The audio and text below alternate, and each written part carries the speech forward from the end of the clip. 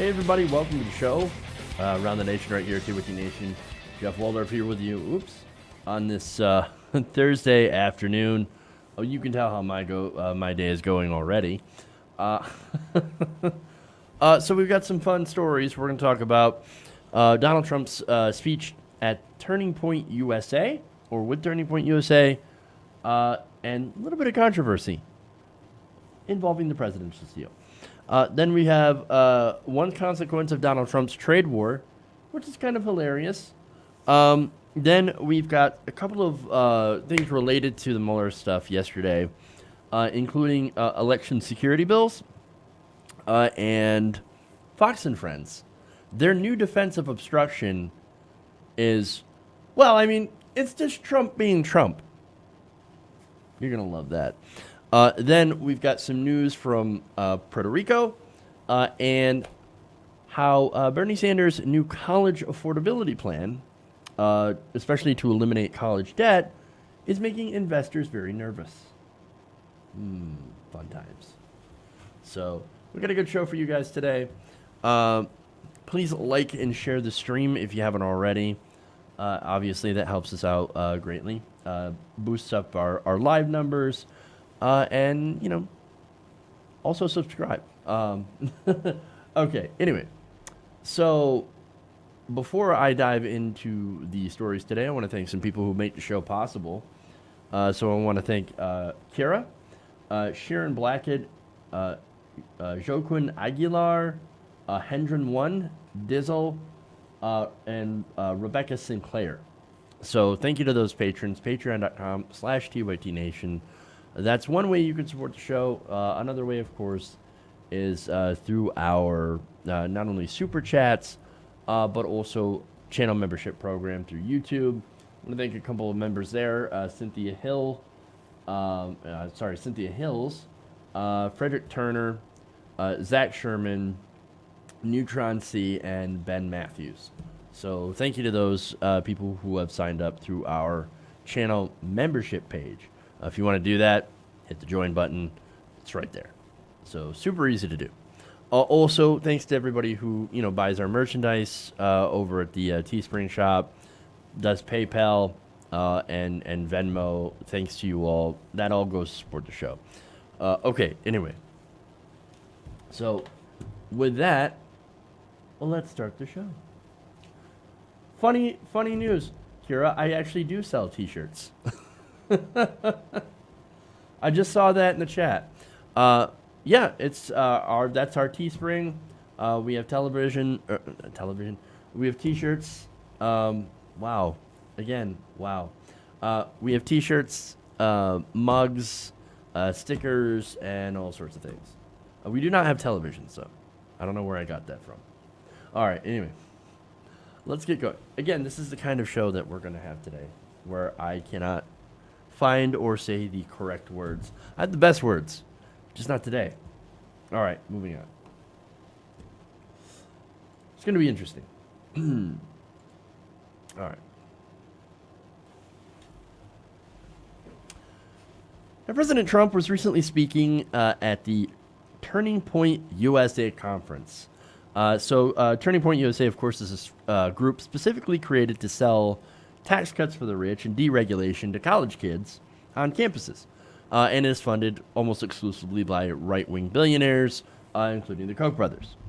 So Trump went to do a speech there, and he was flanked, of course, by Turning Point founder Charlie Kirk, and that's immediately where it started to go wrong. See, nobody there seemed to notice that there was something different about the presidential seal that was being shown on the screen behind him. So nobody there noticed, but it fell to reporters to say, hey, wait a minute, that seal looks a little bit off. In fact, let's go to an image of it here. So obviously, the things that stood out were marked in red. Those little red circles, a two-headed eagle, and in the claw, a bunch of golf clubs. Oops. So you know what that looks like, that two-headed eagle. It actually bears a little bit of a resemblance to the one on the official coat of arms of Russia. Yeah, that's not an accident. Somebody there is like, hey, you know what? We're going to mess with that graphic a little bit. And nobody even noticed. Nobody. Now, per the Washington Post, the double-headed eagle is a symbol historically tied to both empire and dominance. Now, MAGA people, you guys will hear that and be like, ooh, oh, I love dominance. Oh, yeah, I love dominating over everything. Okay. Now, that eagle also appears in the flags of Serbia, Albania, and Montenegro. Its left talons, rather than clasping arrows, appear to set hold a pair of golf clubs. I think there also might be some money. Yes, there is. On the other side, the claw is grasping a boatload of cash. Hilarious. Now, obviously, this has caused a little bit of a stir with the White House going, wait a minute, we didn't sanction that. Hold on. Wait a minute. The White House told the publication that officials had not seen the image before Donald Trump had appeared on stage. In a phone interview on Wednesday, a spokesman for Turning Point USA said he didn't even know where the altered seal had come from or how it ended up on a screen behind the president. He said the mistake probably came from the AV team. The AV team. They must not be the A team or the B team. Probably the B team or the D team. Something like that. I don't know. The spokesman said it was a last-minute AV mistake, and I can't figure out where the breakdown was, but it was last minute. It was a last-minute throw-up, and that's all it was. I can't figure out who did it yet. I don't even know where they got the image from. Where did they get the image? Now, that's an interesting question. So, but before I get into that, so what are the factors that could create a mistake like this? It could be last minute, oh my God, I need to find a presidential seal. Could have been that. And then they stumble onto a website where this website, by the way, that has this image, it sells merchandise featuring what is the same seal. In those images, the words on the parody Eagles banner say 45, and I can't say this because it's in Spanish, and I butcher Spanish almost as bad as I butcher English.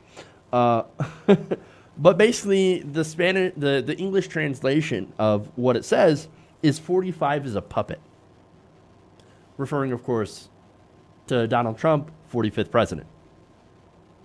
It's trolling on so many levels, right? So now the question is, did they know this, or was it like a last minute, hey man, look, I gotta go get a presidential seal, that looks good enough, we'll throw it up there? Well, if that's the case, somebody's getting chewed out. No matter what, somebody's getting chewed out. Somebody's getting in trouble for this one. But you could chalk it up to an honest mistake. I wasn't paying attention, and neither was anyone else. And of course, that gets to the incompetence of this, of the not only Turning Point USA, but also the White House. Deeply, deeply incompetent. And of course, there's the other possibility that somebody on the AV team is like, I don't like this guy. I'm going to troll him so hard. And we'll see if anybody notices. I don't know. Is that a possibility? Definitely. I actually hope that is the case because it would be both epic and hilarious. But more than likely, it's probably just somebody being deeply, deeply incompetent. Now, that spokesman also said, I think it was simple as a rushed move throwing up an image, but it was the wrong one. He added that it was unfortunate that the faux seal drew attention from the event's star-studded lineup of conservative speakers. Yes. Sure. Star-studded. It certainly wasn't our intention, he said. So now, immediately, the hotel where this was happening, this is the Marriott Marquis, they said, oh, it's not our fault, it's not our fault. We do not furnish images or video for groups hosting events. The venue only provides the space and the technology, such as televisions and projectors. This is the hotel event manager, by the way, who helped coordinate the summit. He did not return phone messages questing comments. So again, I definitely am going with incompetence here. And I want to go to a quote from Richard Painter. Now, Richard Painter was the White House chief ethics lawyer for President George W. Bush between 2005 and 2007. Wow, only 1 year. That says something. But anyway, he said that the president's staff should typically have advanced knowledge and command over any images and video displays at events where the president appears. He said that this was, quote, careless. You should have control over what the private group is doing, what they're putting on the screen, and anything else. To let someone project something on the screen that isn't controlled by the White House is pretty stupid. Well, that not only sums up the current occupants of the White House, but also members of Turning Point USA. He said, quote, someone is going to be getting in trouble, but they got one heck of a good laugh out of it all. Well, as did the rest of us. So what do you think? Incompetence, or is somebody trolling Donald Trump? Interesting. All right. Moving on. Let's go to an effect of Donald Trump's trade war. Okay. Bad news for those of you who might be seeking some pretty cheap MAGA gear. Whether you want to wear it or possibly burn it, I don't know. What you do with that is up to you, but it's about to get a lot more expensive. Now, according to an article in Business Insider, the Trump trade war is now serving to hold up shipments of Trump flags and hats at customs. Wait, why would they be at customs? Oh, right, because they're made in China. Now, textile suppliers who export their goods to the U.S. told China's state-run tabloid, Global Times. So again, consider the source, right? Even so, this is a fun story.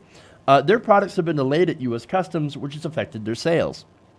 Wu Yupai, a manager at the textile product, I cannot say that word, told the Global Times, quote, usually the goods take only about 10 days to reach U.S. customers. Now it's taking 15 days or longer. And it's, of course, they're tied up in customs. Yao Dandan, a manager at flag maker SKJ Arts and Crafts Company, also reported delays at U.S. Customs, suspected to be related to current trade disputes between the U.S. and China. Now, here's the thing. Do MAGA guys get mad when we point out that some Trump stuff seems to be made in China? Despite, of course, Donald Trump's rhetoric against China? Yes, they do. They do even get even more angry when we point out that a lot of them, despite the promise, Donald Trump's promise to hire American, buy American, right? For one, Donald Trump has been caught hiring undocumented immigrants to work at his resorts, to work at his hotels. So already not hiring American, but also a lot of Trump supporters don't necessarily buy American either. Now, Yao has said that his company has sold about 50,000 Trump flags so far this year and continues to receive orders. Now, if you're a Trump supporter, you would be, and again, I support buying American. So my question is, why aren't you? I want to buy American. I try to buy American the best that I can. It's not as if the Trump campaign is not selling stuff. Heck, they just sold out of $15 straws. Somebody's buying these straws, right? Somebody's buying these things, so maybe you should as well, instead of ordering from a Chinese company. And again, ironic, right? Now, it's unclear, according to Business Insider, what exactly these flags are, but Global Times said another store sold Trump 2020 and Keep America Great flags. The irony of Donald Trump, of China selling Donald Trump flags and hats. It's delicious. In fact, several manufacturers across China's eastern Zhejiang province have reported making flags for Donald Trump's 2020 bid. Now, here's the thing, right? So am I going to go after the Trump campaign for doing this? No, no. Everything that's on the Donald Trump, website is actually made in America, right? And sold in that, of course, goes to the campaign. So they kind of have to. So yes, if you buy something, you go to the Donald Trump store, or Donald Trump campaign, and you buy $15 straws, which, hey man, you do you, right? Whatever. You want to buy straws, you want to buy a hat. Well, okay, it's going to be made in America, right? So I'm not going to blame the Trump campaign for this because their official stuff is all, made in America. But there's still a lot of irony here, right? Because there are Trump fans that are buying this stuff from China. And that is hilarious and kind of sad. Now, a Trump campaign official told Business Insider that all of their merchandise is made in the U.S., and vendors who suggest otherwise are lying or violating protected trademark rights. So now, this means, if we're to take their word for it, and I don't see any reason not to at this point. I mean, if you say, hey, look, all our official merchandise in our store is made in America, okay, that'd be a really strange thing to lie about, but then again, Donald Trump himself, but Trump doesn't run the store, to be fair. And China has a history of stealing intellectual property.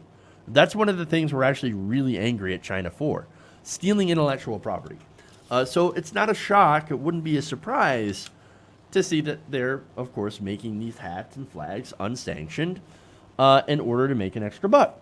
So it's not on the campaign. It's on you guys, the MAGA folks who buy cheap Chinese stuff.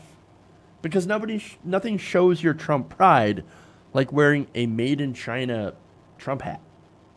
Of course, it might not be so cheap for long.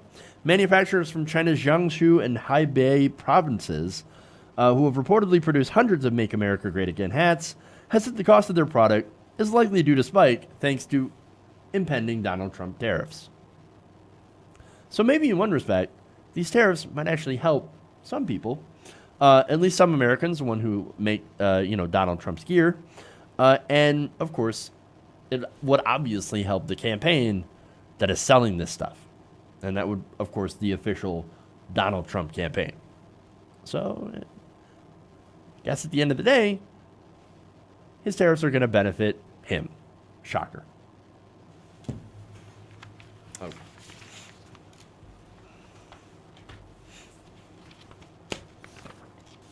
Moving right along, huh? Okay.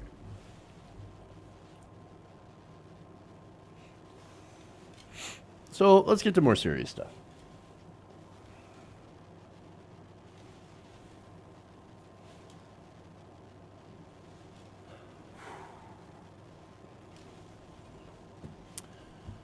Now, Republicans claim to be worried about election security. However, they continue to block election security bills that would safeguard our elections from being influenced by foreign actors. In fact, two bills were just recently blocked by Republicans. Now, this is ironic because it follows testimony from former special counsel Robert Mueller. Democrats had tried to get the consent to pass two bills, one that would require campaigns to alert the FBI and the FEC about foreign offers of assistance. So, for example, another country comes to you. Of course, mainly this comes from, it's Russia that might have came to Donald Trump, or did actually come to Donald Trump and said, hey, we would like to help you in your campaign against Hillary Clinton. But not only that, of course, you could have somebody who gets offers from Saudi Arabia or Israel or Denmark or Finland or the UK, Canada, whatever, right? Like Bernie Sanders, say, Canada comes to Bernie Sanders and says, hey, we'll help you out in your campaign. We'll give you information. If that happens, then, whoever is the president or candidate has to go to the FBI and say, hey, we got this foreign offer of assistance. Okay, look, I think that's fair, right? I think that's fine.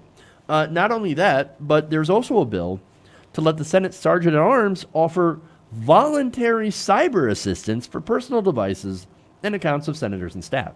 So now one of the ways that experts are saying that Russia got a hold of, possibly got a hold of DNC emails, could be because of a spear phishing account. So, I'm sorry, spear phishing operation into Tony Podesta's personal email account, and that's how they got access. So, that would be a failing on the part of Tony Podesta to not secure his account. So, what this would do is it would let the sergeant at arms basically go in and say, here's your security vulnerability on your cell phone or your email account. We'll fix it if you want us to. If you want to go with someone else, if you want to go for a private solution, that's fine. But here's our solution, right? Okay, look, these perfectly are fine, right? They're not controversial.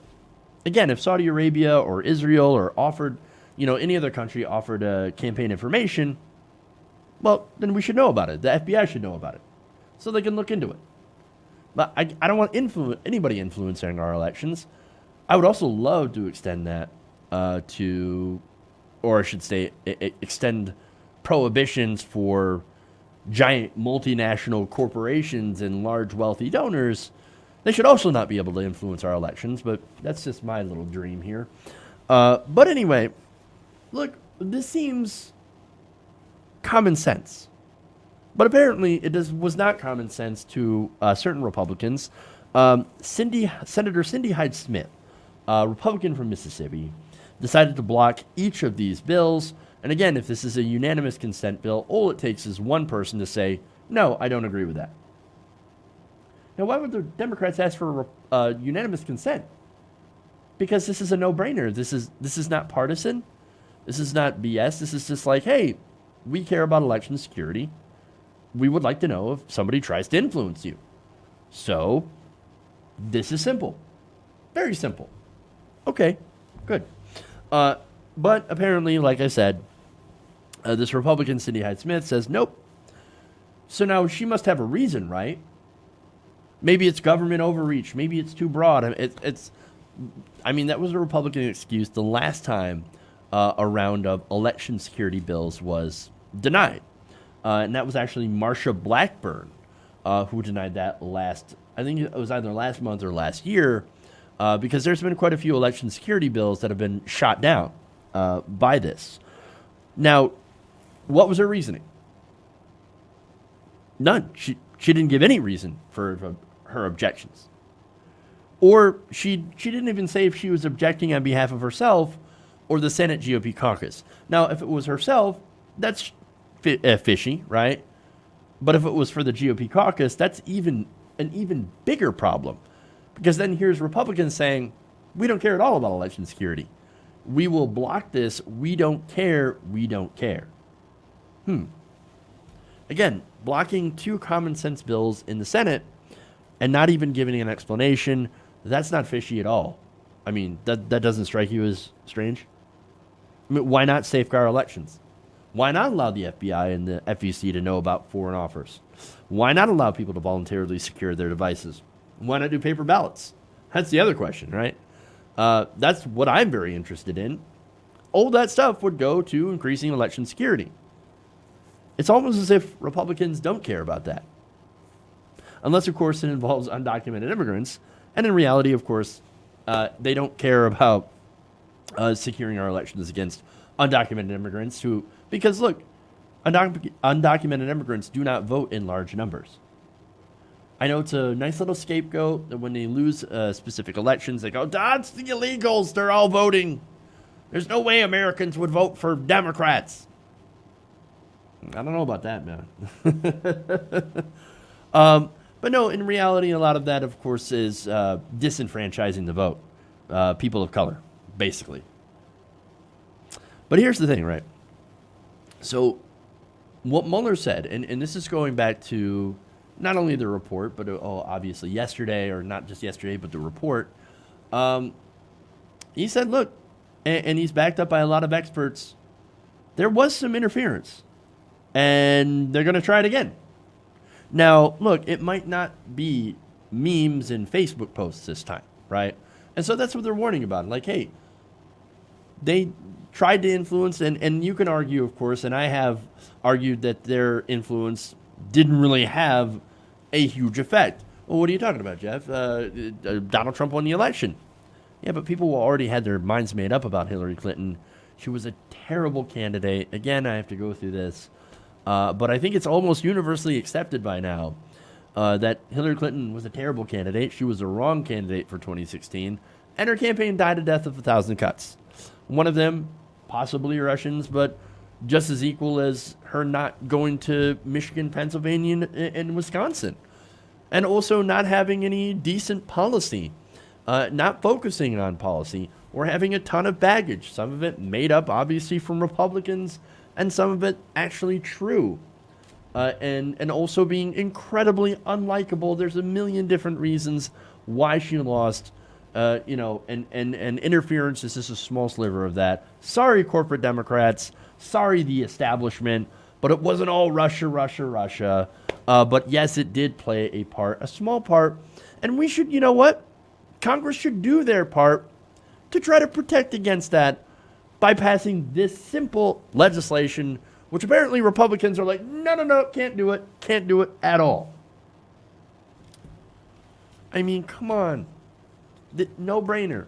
It's almost as if Republicans are okay with this and say, you know what? No, it actually helped us. It went in our benefit. So the thinking goes, right? If this gives us any advantage, small or not, we're going to take it. As long as we win in the end, because that's all we care about. Ugh. Disastrous. Okay. I'm going to take a break. We'll come back. We got more stories here, including, let's see, Puerto Rico. We have Fox and Friends defense of obstruction. That's interesting. And then, of course, Bernie Sanders, how he's making the banks nervous. So we'll come back right after this break. Stay right here, like and share the stream, and see you in a couple minutes.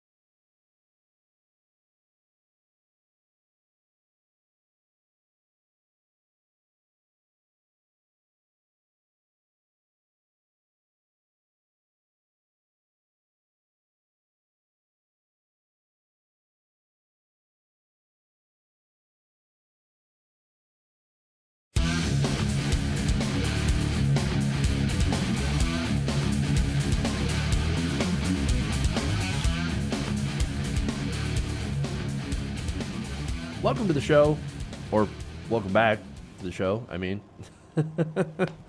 Again, it's my day. Okay, so got a lot of great comments from you guys and a couple of questions, some super chats as well, so let me read those. We'll start out with super chats. Jedi Mullet 77 says, Ivanka is moving her manufacturing line from China to the UK, United Kingston. Oh, that's good. That's good. I've got Bernie merchandise that's made here because, you know, evil socialism.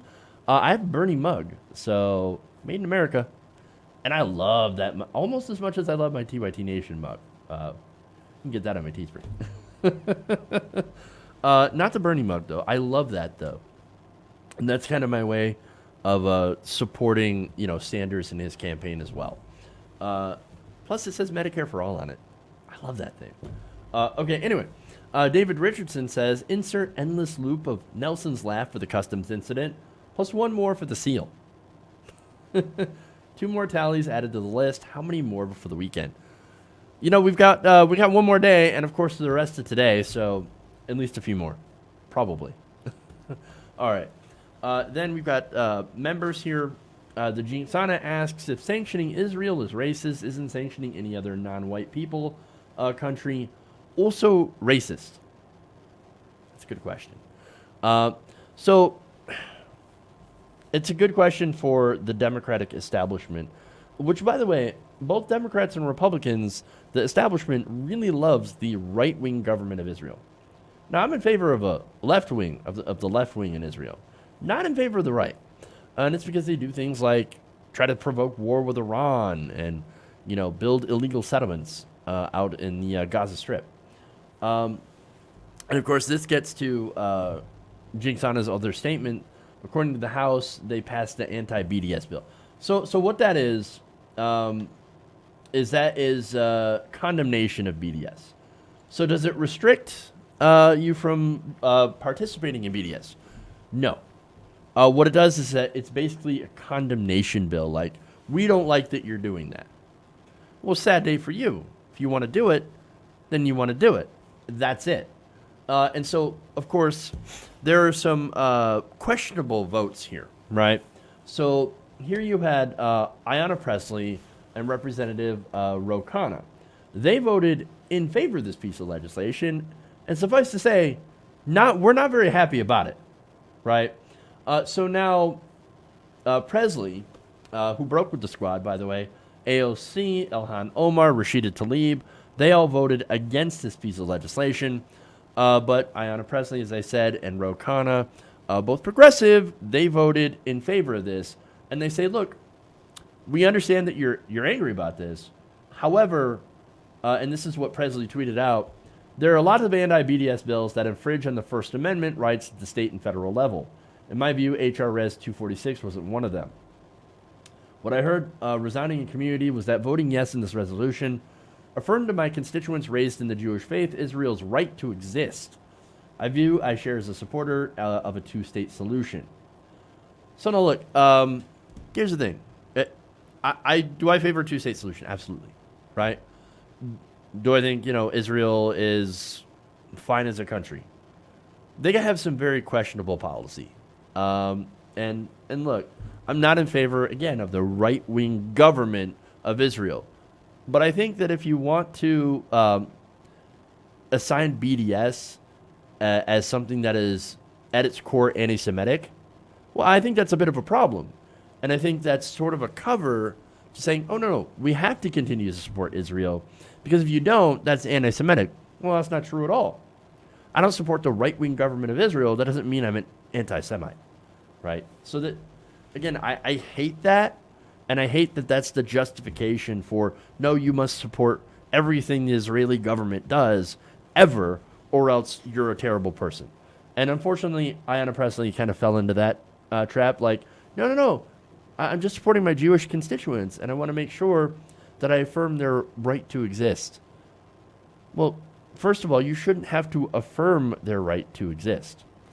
They are a country, they're an ally, and what we really need to do is to make sure, like, the best way to make sure Israel continues to exist is to make sure they can get along with their neighbors. Part of that is creating a 2-state solution where Palestine is their own place and Israel is their own place. And they should actually start treating the Palestinians like human beings. And so that's the big problem. That's the whole point of BDS, right? And look, here's the other thing, right? So now, this worked in South Africa. There was a BDS movement against the South African government because of apartheid. That's the whole point. That's where they got the whole idea. Do we have apartheid now in South Africa? No, because it worked. It was effective. So why not do something that's effective to basically what is now an apartheid state, which is Israel? Yes, they are an apartheid state. Yes, they are doing terrible things to Palestinians. And so we need to fix that. None of that means destroying Israel or being anti-Semitic. No, it just means maybe setting up a second state where Palestinians actually have rights and human rights and are no longer living in an open air prison. I don't think that's that much to ask. It's basic humanity. All right, anyway. Couple more here. One from Kira Jade, who said Republicans don't want secure elections because it would make it that much harder for them to steal them. There you go. Fair enough. And Tank Girl says the only influencers I want in our elections are the voters. Yes, 100 times. Yes. One person, one vote. Corporations are not people, and they should not be influencing our elections. 100% with you, Tank Girl. Excellent comments. All right. So, I think we can...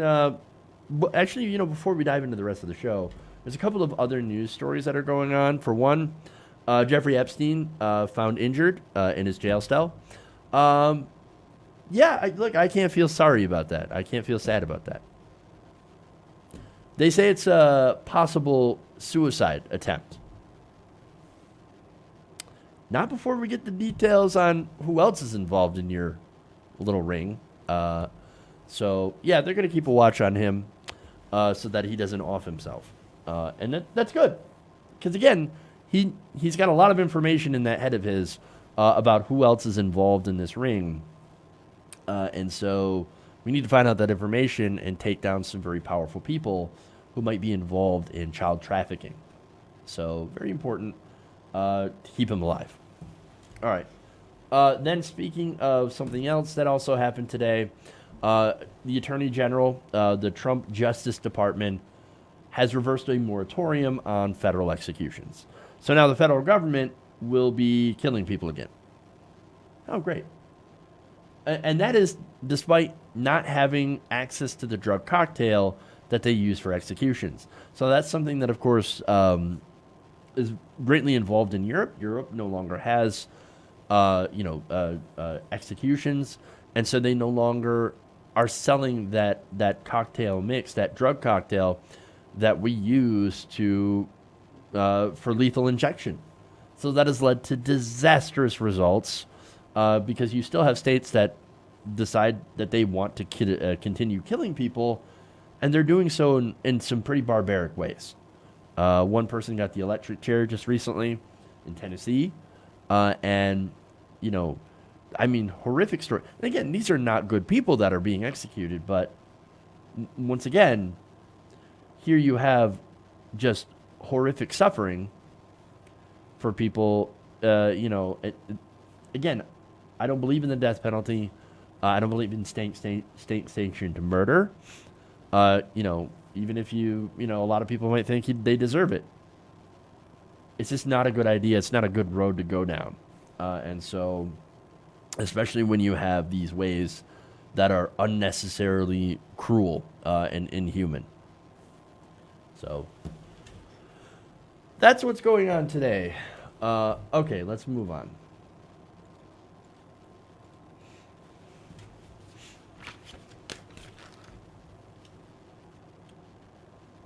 All right.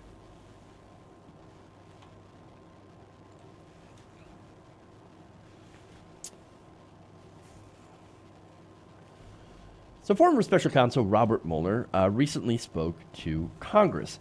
Now, his testimony really didn't offer that much new information, not really anything that we didn't already know. So it was basically a retread of Donald Trump's attempts to obstruct the investigation into his campaign, at least when he was talking to Democrats. When he was talking to Republicans, well, Republicans wanted to talk about everything except for obstruction, including lots of things that Mueller wasn't actually sanctioned to talk about. So now, Republicans, again, they have basically, since they don't want to talk about obstruction, have accepted his law breaking as kind of a given. In fact, here you have a Fox News host saying obstruction, that's just Donald Trump being Donald Trump. I think you could sum up the obstruction part of the Mueller report, Trump being Trump. Now, picture this. You're wrongly accused. You know you didn't collude with Russia, which is revealed in the first part. And then you have 19 lawyers, all of which are on the record hating you and very talented and loaded for bear. You have an entire Robert Mueller with an endless budget, an open wallet to investigate you. Even if you didn't rob the bank, if they're going to investigate you for robbing the bank, you got to wonder, why are they questioning everyone around me about something I didn't do? And what does Trump do? He fights you every step of the way. The biggest reporter, the biggest anchor, the smallest outlet. If you say something wrong, he's going to call you out. And that's what this is. Okay, wow. So, hey man, look, obstruction. Yeah, we know he obstructed, but that's just Donald Trump being Donald Trump. Obstruction, not a crime. In fact, we all know Donald Trump's a criminal. That's not a bug, it's a feature. He's as morally bankrupt as we are, and we love it. This is the Republican Party. Now, I love the new line here. Like, oh, well, yeah, he did obstruct justice plenty of times. But that's okay. You know what? Because if you don't like law enforcement investigating you and any possible crimes you may have committed, whether you committed them or not, and I actually happen to believe that Donald Trump did commit crimes, that's okay. Just obstruct them. Just obstruct law enforcement. Oh, well, now, wait a minute. I thought you guys liked law enforcement and respected law enforcement. I thought you guys were the party of law and order. Oh, turns out, nope. Why? Well, it's because your leader is a criminal. But here's the funnier part of this, right? Now, when Kilmeade says, even if you did not rob the bank, if they're going to investigating you for robbing the bank, you've got to wonder, why they question everybody around me for something I didn't do? Well, to figure out if you did it or not. Well, look, if everybody around you is like, hey, man, look, he didn't rob the bank. I was there, or I, whatever. I have knowledge that he did not indeed rob the bank. Well, then it'd be a good thing to ask people around you. So that when they come back and the investigation says, oh, turns out didn't rob the bank. Okay, well, there's no there here, right? Okay, well, great. That would make sense, right? But he continues, he says, what does Trump do? He fights you every step of the way. And the biggest reporter, the biggest anchor, if you say something wrong, he'll call you out. Now, can you think of any sort of instance where a president was investigated for something they didn't do? Or maybe even a secretary of state that was investigated for something that they didn't do? Can you think of that time, maybe a couple of years ago? Oh, right. Something like that did happen. It's called Benghazi. Multiple hearings, millions of taxpayer dollars wasted, 9 different Republican-led investigations. And not only did they find nothing, but they also continue to use Benghazi as a talking point against Hillary Clinton in the election. Now, look, you guys know I am no fan of the Clintons. But did they do anything wrong in Benghazi? No. But here's my overall point, right?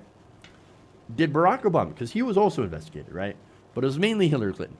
Did Barack Obama or Hillary Clinton obstruct these investigations at all? I think we all know the question to that. No. She sat for 6 hours through testimony. No obstruction, right? My overall point is they didn't do anything wrong. And so normally if you don't do something wrong and there's an investigation, you'd actually be in favor of the investigation, proving that you did nothing wrong. Like, yes, go ahead and look at this stuff. I don't have anything to hide. I have nothing to hide. Here you go. In fact, here's everything that you need to basically prove my innocence. But Donald Trump continued to fight the investigation. And why would he do that? Maybe it's because he did something wrong.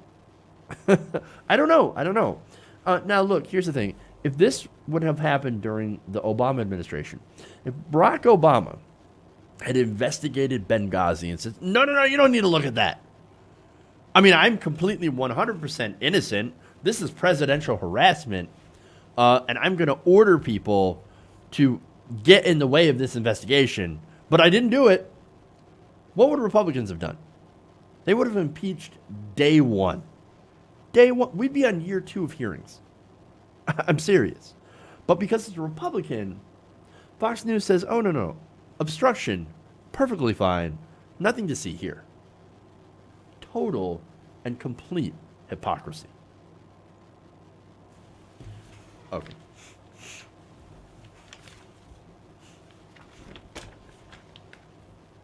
Alrighty.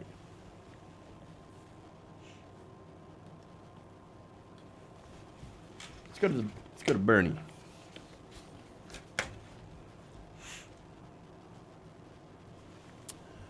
Senator Bernie Sanders recently revealed his plan to cancel all student loan debt. Not $50,000 of it, all of it. Now, that's a bold proposal, right? I'm in favor of it because, look, I see the impact that student loan debt has on our generation. We're over $1 trillion in student loan debt. It's a major drag on millennials and the economy, and not just millennials, but, many other age groups that are also continuing to pay on their student loans. So now, while people are drowning in student loan debt and are looking for a presidential candidate, somebody like Bernie Sanders or maybe Elizabeth Warren, to at least throw them some sort of life preserver, there are people out there that are not quite happy about the way Senator Sanders specifically wants to pay for his debt cancellation bill. Now, Grit Post recently reported this on Monday, that the proposed debt cancellation plan would be funded by a small financial transaction tax. That's an FTT on stocks, bonds, and derivatives. Now, Senator Sanders says that would raise about $2.4 trillion over the next 10 years. So that's a pretty good haul. And of course would help out, again, millions of Americans would no longer have student loan debt. And not only that, but colleges and universities, at least public ones, would be tuition free. So you would no longer have a need to cancel any student debt, as there would no longer be any student debt. Again, great plan, right? But unfortunately, investors are very unhappy about this plan. In fact, Bloomberg reported that investors are already complaining about the possibility of having to pay higher fees for trading and getting lower returns on their investment as a result. Now again, this financial transaction tax, you know how much it would be per transaction? 0.005%. 0.005% on each trade. That's not very much. But again, they deal with such high volume trades. Look, these are the people, of course, who sit in their offices and push a button all day. Like, oh, I just made a trade. Oh, I just made 4 trades. It's mostly done with computers these days and algorithms that analyze the market. And all it is this, they ask you, hey, you want to trade? You want to make this trade or whatever? Okay, go ahead. So, but nonetheless, these people who apparently work very, very hard are like, no, it's too much. In fact, traders also say that the cost of an FTT could be passed on to mom and pop investors, like those with pensions and 401ks, and end up changing investor behavior. So now, investor behavior, now that's an interesting question, right? So, if we change investor behavior, would it be a bad thing or a good thing? That's the question, right? But first, before I go to that, here you have Interactive Brokers chief strategist Steve Susnick saying this, quote, 50 basis points on stock trades would severely crimp liquidity. Market participants might move to options for the lower tax rate making them more liquid than the underlying stock. And I'm assuming that that's a bad thing, right? Now, he said a tail that wagged the dog that much would become very unstable. So he's talking about stability in the market. You know, the market's already kind of unstable. In fact, it seems like every few years or a couple of decades at least, we go through a boom-bust cycle where we have a massive recession or a depression. Weird. Oh, but no, doing this would make it more unstable. Really? Look, the thing is that Wall Street is pretty much completely divorced from the economy of Main Street. And right now, they're pretty deep into financial speculation, stock buybacks, and even some of the implements that brought us to 2008 financial crisis. That was, of course, the beginning of the Great Recession. One of those is derivatives, right? Now, derivatives are high-risk investments that, you know, a lot of companies ended up using to get very, very rich. Now, the problem with derivatives is that they're highly unstable. Now, Bernie Sanders, he would tax derivatives at 0.005% to fund debt cancellation. Now, why is that a good source of revenue? Well, because derivatives have exploded over the past few years. In fact, in 2018, Investopedia estimated the derivatives market could be worth $1.2 quadrillion. Do you know how much that is? That is actually 10 times the size of the global economy. 10 times. If that market crashes, that's it. Global disaster. And in 2014, the four biggest American banks, JP Morgan Chase, Citigroup, Bank of America, and Goldman Sachs, held nearly $220 trillion in derivatives. That's also more than the entire global economy, which I believe is around $80 trillion, if I'm correct. So if we have a crash in derivatives, even in the United States, we wipe out the global economy. Does that sound stable to you? Does that sound like, or does it sound like something that we should change? Well, if you said change, then there are economists out there that agree with you. In fact, more than 1,000 economists have signed on to a letter calling for a financial transaction tax at the G20 summit in 2011. They say that such a change in investor behavior is sorely needed. Now, let me give you some signatories of this. They include Jeffrey Sachs, an advisor to former UN Secretary General Ban Ki-moon, Harvard University economist Danny Roderick, and Cambridge University economist Ha-Jun Chang. They added that the UK already has such a tax in the economy, and guess what? They haven't been harshly affected. In fact, according to the letter, the financial crisis has shown us the dangers of unregulated finance, and the link between the financial sector and society has been broken. It's time to fix this link and for the financial sector to give something back to society. Even at the very low rates of 0.05% or less, this tax could raise hundreds of billions of dollars annually and calm excessive speculation.